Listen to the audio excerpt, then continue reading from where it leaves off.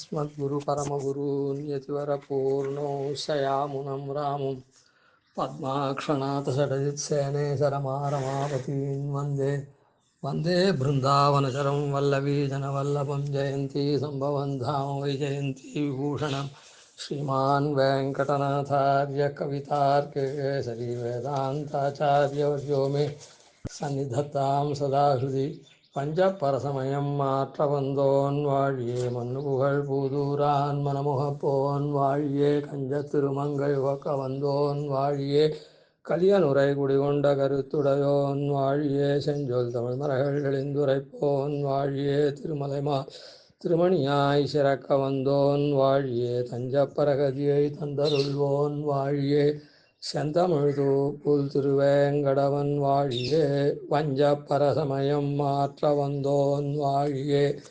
வஞ்சப்பரசமயங்கள்லாம் மாற்றக்கூடிய சுவாமி தேசிகன் பரமத பங்கம் அருளி, அந்த பரமத பங்கத்தில் இப்போது வையாகரண பங்காதிகாரத்தை இது பண்ணுறோம். வையாகரண பங்காதிகாரத்தை வையாகரணால் பற்றி நேற்று கொஞ்சம் ஊரில் தெரிஞ்சுட்டோம். அந்த வியாக்கரணம் இருக்குதே, அந்த வியாக்கரணம் அது வேதத்தினுடைய பதங்கள் அக்ஷரங்கள் அதெல்லாம் மாறாது இருக்கிறதுக்கு உபயோகப்படக்கூடிய ஒரு அங்கம்.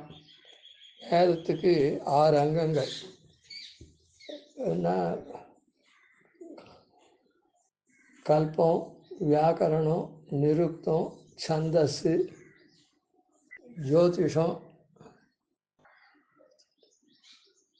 சிக்ஷை அப்படின்னு 6 அங்கங்கள். அதில் வியாக்கரணம் ஒரு அங்கம். அந்த வியாக்கரணம் தான் வேதத்தினுடைய பதங்கள், அது இதை ஸ்வரம், அக்ஷரம், மாத்திரை அதெல்லாம் இப்போ அதெல்லாம் வரையறுத்து தருது. அப்படிப்பட்ட வியாக்கரண சாஸ்திரம். ஆனால் அந்த வியாக்கரண சாஸ்திரத்தை இது பண்ணுறவா வேதத்தை அவ்வளோ தூரம் வரையறுத்துலாம் பண்ணால் கூட அந்த பிரம்ம விஷயத்தில் வரைச்சே அவளும் கொஞ்சம் மற்றவாளை போல் தடுமாறுறா. அந்த வேதத்தில் வேதாந்தத்தில் இருக்கிற அர்த்தத்தை அவளாலையும் சரியாக தெரிஞ்சிக்க முடியல. அதனாலே அவள் மாறி நடக்கிறா. அவள் மாறி சொல்கிறது எப்படின்னா, சில சமயம் அத்வைதிகளுடைய கொள்கையை ஒத்தவாளாக தெரிகிறார். சில சமயம் பாஸ்கர யாதவாள் இருக்காளே, அதான் அத்வைத்த கொள்கையிலேயே கொஞ்சம் வித்தியாசப்பட்டவா, அவளை போல இது பண்ணுறா. பௌத்தரை போலையும் சில சமயம் அவள் இது பண்ணுறா. அதனால் ஏதோ சில கொள்கைகள் அந்த மாதிரி அவளை போலலாம் கொஞ்சம் அவளுக்கு இருக்கிறதுனால அந்த தோஷங்கள்லாம் களைஞ்சி இப்படி இருக்கணும் அப்படின்றத காமிக்கிறார். இப்போ இந்த பாசுரத்தை சேவிப்போம். முதல் பாசுரத்தை, அதுலேயே சில கொள்கைலாம் அவளுக்கு தெரியும். நாம் ஏதோ மாத்திரம் கடலை இதுதான் கடல்னு காமிக்கிற மாதிரி ஏதோ அந்த மதங்களில் இருக்கக்கூடிய தோஷங்கள் என்ன, அந்த மதங்கள் என்ன தோஷமாக சொல்கிறா அது அப்படின்றத நாம் பார்த்துன்னு போகிறோம். முதல் பாசுரத்தையும் கடைசி பாசுரத்தையும் வச்சு சுவாமி ஆச்சரியமாக சாய்ச்சிருக்கார். அதெல்லாம் பூர்ணமாக நம்மளால் சேவிக்கிறதுக்கு அவகாசம் கிடையாது, முடியவும் முடியாது. நான் இந்த வாழ்த்திருநாமத்தில் அதை கோடிட்டு காமிக்கிறோம். சரி. சாயாமறைகளில் சத்தம் தெளிந்திடச் சாற்றுதலால் தூயார் இவரென்னு தோன்ற நின்னே பல சூதுகளால் மாயாமதமும் மறுசினவாதும் பௌத்தமும் சேர் வையாகரணர் சொல்லும் மறுமாற்றங்கள் மாற்றுவமே.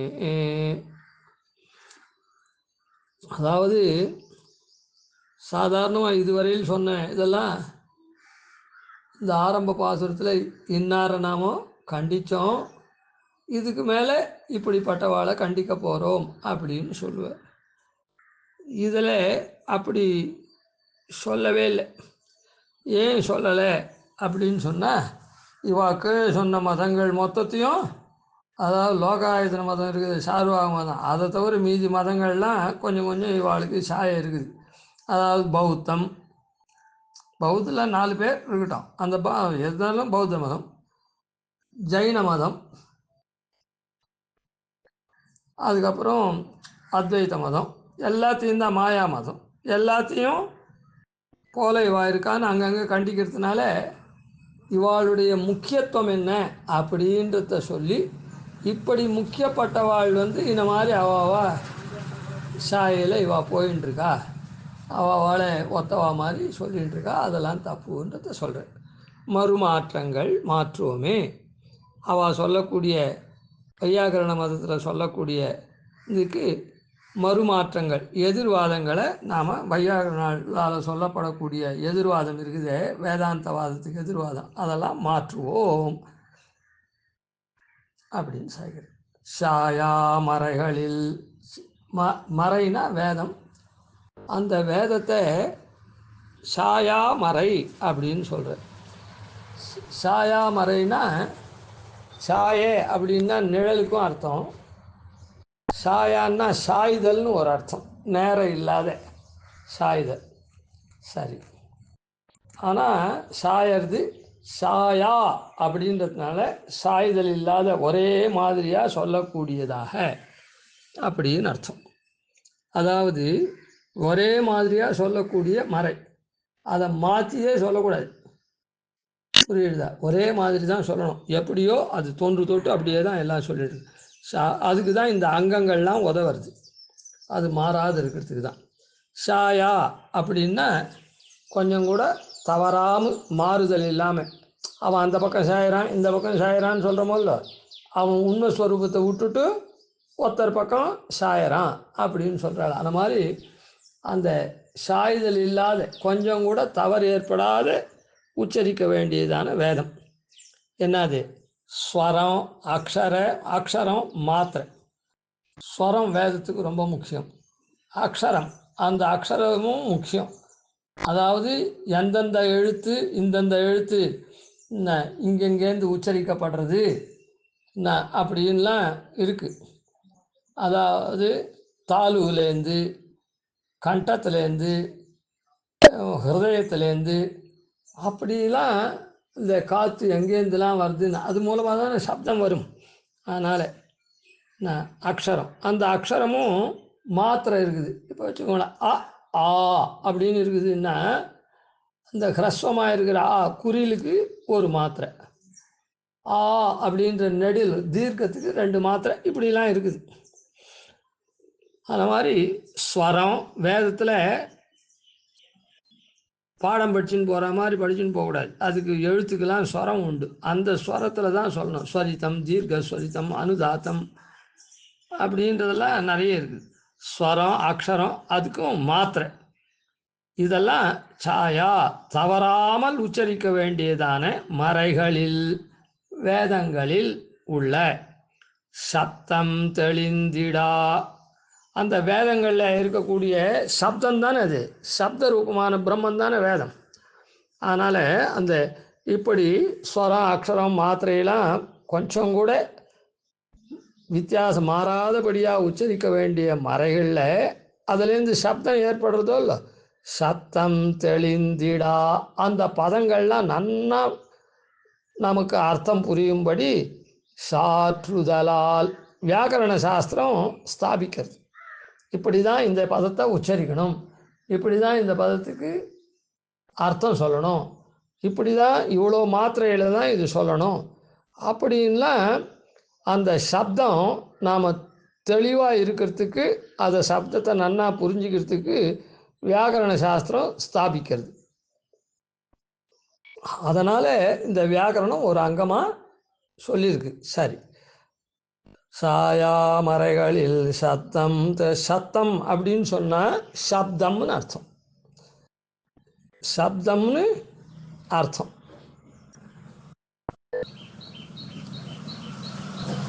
அந்த பதங்கள்லாம் நல்லா விளங்கும்படி சாற்றுதலால், அதனால் ஸ்தாபிக்கிறபடினால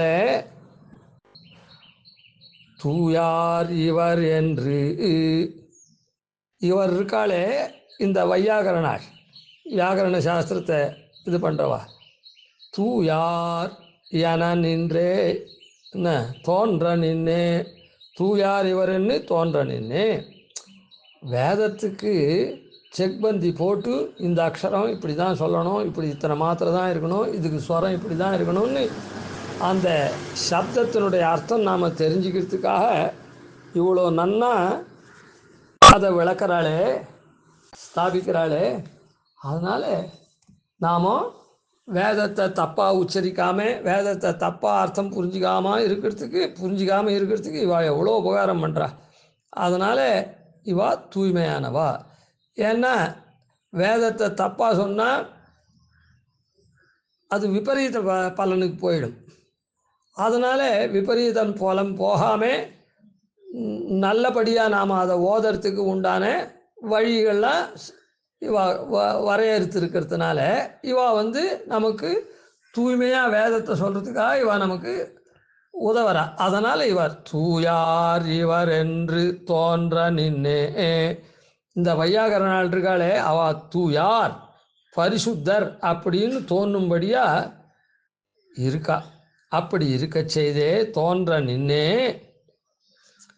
பல சூதுகளால் மாயா மதமும் மறுசினவாதும் பௌத்துமம் சேர். பல சூதுகள்னா கபடம். பல கபடங்கள்னால இவ என்ன பண்ணுறா, மாயாவாதம் அப்படின்னு சொன்னால் மாயையை கொள்கிற அத்வைத்தி மதம். மாயா மதம் அப்படின்னா அத்வைத்திகளுடைய மதம். அந்த அத்வைத்தி மதத்தையும் மறுசினவாதும், சினவாது அப்படின்னா சினா ஜைனால சொல்கிறது, நான் சினங்கொண்டு வாதம் பண்ணுறவான்னு. மறுசினவாதும்னா ஜைனர்களை போல இன்னுத்தர் அப்படின்னு பாஸ்கர யாதவால சொல்கிறது. மாயா மதத்தை பிரச்சன்ன பௌத்தன்னு சாய்ச்சார் சுவாமி தேசிகன். ஆனால் அதை மாயா மதம்னு நீங்கள் சொல்லிட்டார். ஆனால் பாஸ்கர யாதவால அங்கே ஒன்றும் சொல்லலை. இங்கே வரச்சே ஜைனால போல அவள் மறு ஜைனனோ அப்படின்னு நினைக்கும்படியாக இருக்கக்கூடியவா. மறுசினவாதும் பௌத்தமும், பௌத்த மதத்தையும் அதை சேர்ந்துருக்கான்னா என்ன அர்த்தம், ஒவ்வொரு அம்சத்தில் அவளோட ஒத்து நிற்கிறாய்வா அப்படின்னு. வையாகரணர் சொல்லும் வியாக்கரண சாஸ்திரம் இருக்குதே, அந்த சாஸ்திரத்து படி அதை வையாக்கரணால் இருக்காளே அவ அந்த மதத்தால் சொல்லப்படுகிற மறுமாற்றங்கள் எதிர்வாதமாக சொல்கிறாளே, அந்த மாற்றம்னா சொல்கிறது எதிர்வாதமாக, மறுமாற்றம்னா எதிர்வாதமாக சொல்லக்கூடிய மாற்றுவமே ஒழித்திடுவோம் அப்படின்னு சாய்கிறது. இப்போது இதில் நாம் அர்த்தம் சொல்ல வேண்டியது என்னென்னா, அவள் சத்தம் தெளிந்திட சாற்றுதலால் அப்படின்றதுனால ஸ்வரம் அக்ஷரம் மாத்திரையெல்லாம் இது பண்ணி நமக்கு வேத சப்தத்தை நன்னா அர்த்தம் புரிஞ்சுக்கிற மாதிரி உபகாரம் பண்ணுறா. அது தீர்ந்து போச்சு.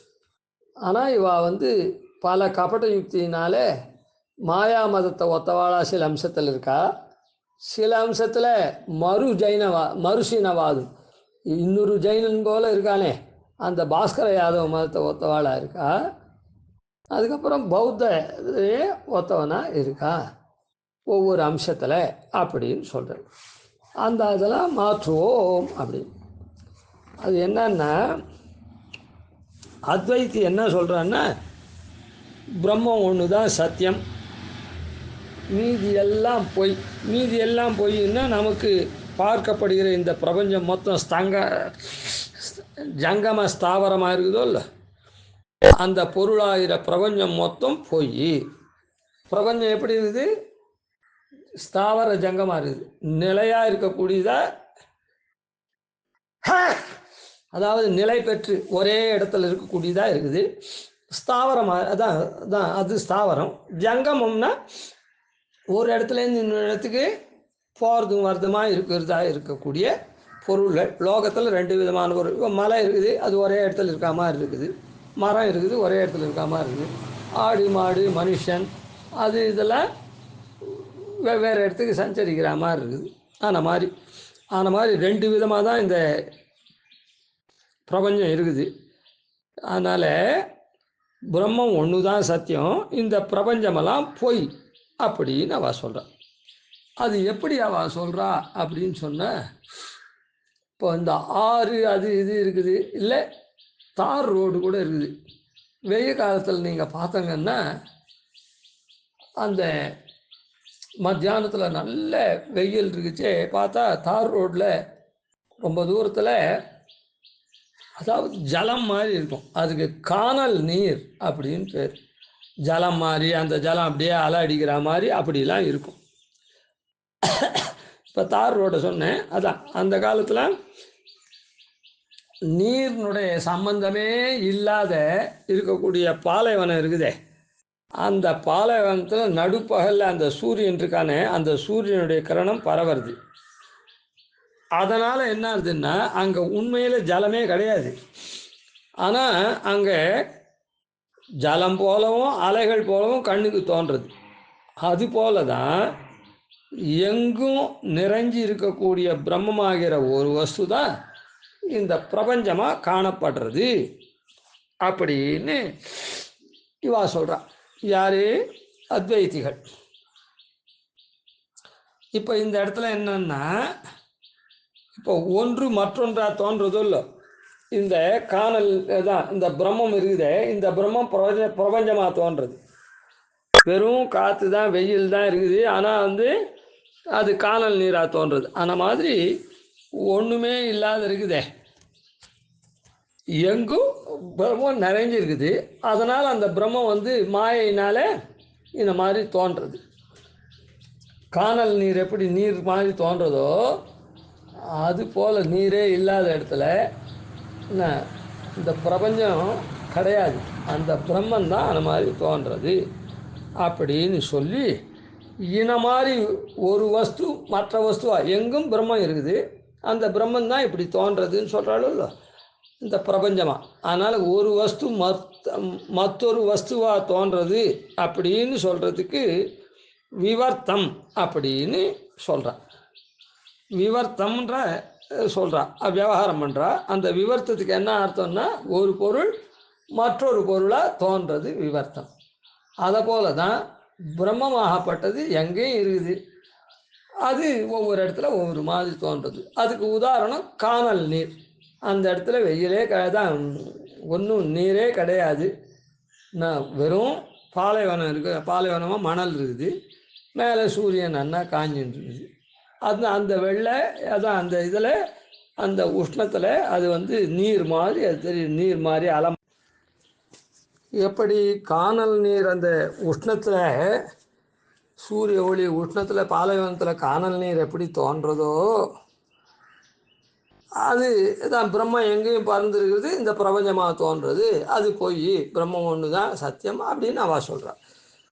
இந்த அத்வைத்தியை போலேயே இந்த வையாகரனாலும் என்ன சொல்கிறா, அக்ஷரம் முதல்ல, அந்த அக்ஷரத்தினுடைய சமூகம் பதம், அந்த பதங்களினுடைய சமூகம் வாக்கியம். இந்த வாக்கியத்தை சொன்னால் நமக்கு அர்த்தம் புரியுது. நீ இங்கு வா அப்படின்னு சொன்னால் சொல்கிறேன், இந்த 3 பதம் சேர்ந்து நீ அப்படின்னு ஒரு வியக்தியை குறித்து, இந்த இடத்துக்கு இங்கு அப்படின்னா நீ எங்கேயோ இருக்க, அங்கேருந்து இங்கு இந்த இடத்துக்கு வா, நீ கிளம்பி வந்துடுவா அப்படின்னு ஒரு அர்த்தத்தை நமக்கு புரியுது. ஆனால் வையாகரனால் என்ன சொல்கிறான்னா, இதை தவிர ஸ்போட்டம்னு ஒன்று இருக்குது, அதுதான் இந்த வாக்கியங்களினுடைய அர்த்தத்தை நமக்கு தெரிவிக்கிறது. அந்த வாக்கியத்தினுடைய அர்த்தம் நமக்கு தோன்றது. அந்த ஸ்போட்டம் அப்படின்னு ஒன்று, இந்த அக்ஷரம், அக்ஷர சமூகம் பதம், பத சமூகம் வாக்கியம், இதை சொன்ன உடனே நமக்கு அர்த்தம் தெரியுதுன்னு நம்ம சொல்கிறோம். ஆனால் அவள் என்ன சொல்கிறா, ஸ்போட்டம்னு ஒன்று இருக்குது, அதுதான் இந்த வாக்கியத்தினுடைய அர்த்தத்தை தோற்றுவிக்கிறது. இந்த ஸ்போட்டம்தான் பரபிரம்மம் அப்படின்னு சொல்கிறான். ஒரு சாரார் என்ன பண்ணுறா, அந்த ஸ்போட்டன்ற பிரம்மன் தான் இந்த பிரபஞ்சமாக காணப்படுறது, அதான் இருக்கட்டும், ஸ்போட்டம் பரபிரம்மம், அது பிரபஞ்சமாக காண்றது. அப்போ என்னாச்சு, அத்வைதிகளை போல அந்த பிரம்மம் அப்படின்றது அந்த ஸ்போட்டம் அதுதான் பிரபஞ்சமாக காண்றது அப்படின்னு சொல்கிறார். ஆக மொத்தத்தில் விவர்த்தம்னு சொன்னாலேவா அந்த மாதிரி தான் இவாளும் சொல்கிறான். அந்த ஸ்போட்டன்றது தான் பிரம்மம், அந்த பிரம்மன் தான் இந்த பிரபஞ்சமாக காண்றது அப்படின்னு சொல்கிறார்.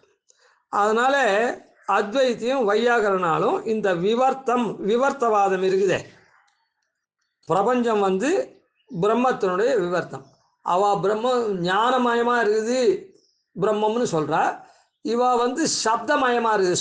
இந்த வாக்கியம் அமையிறது, அந்த வாக்கியம் ஸ்போட்டம்னு ஒன்று, அதுலேருந்து தான் நமக்கு அர்த்தம் தெரியுது. அப்போ அதனால் அந்த அர்த்தம் தான் பிரம்மம்னு சொல்லி அதுதான் இந்த பிரபஞ்சமாக தெரியுதுன்ற. அப்போ விவர்த்தம் ஒன்று மற்றொன்றா தெரியுது அப்படின்னு சொல்கிற கொள்கை அத்வைத்திகளை போல இவாளும் சொல்கிறான்.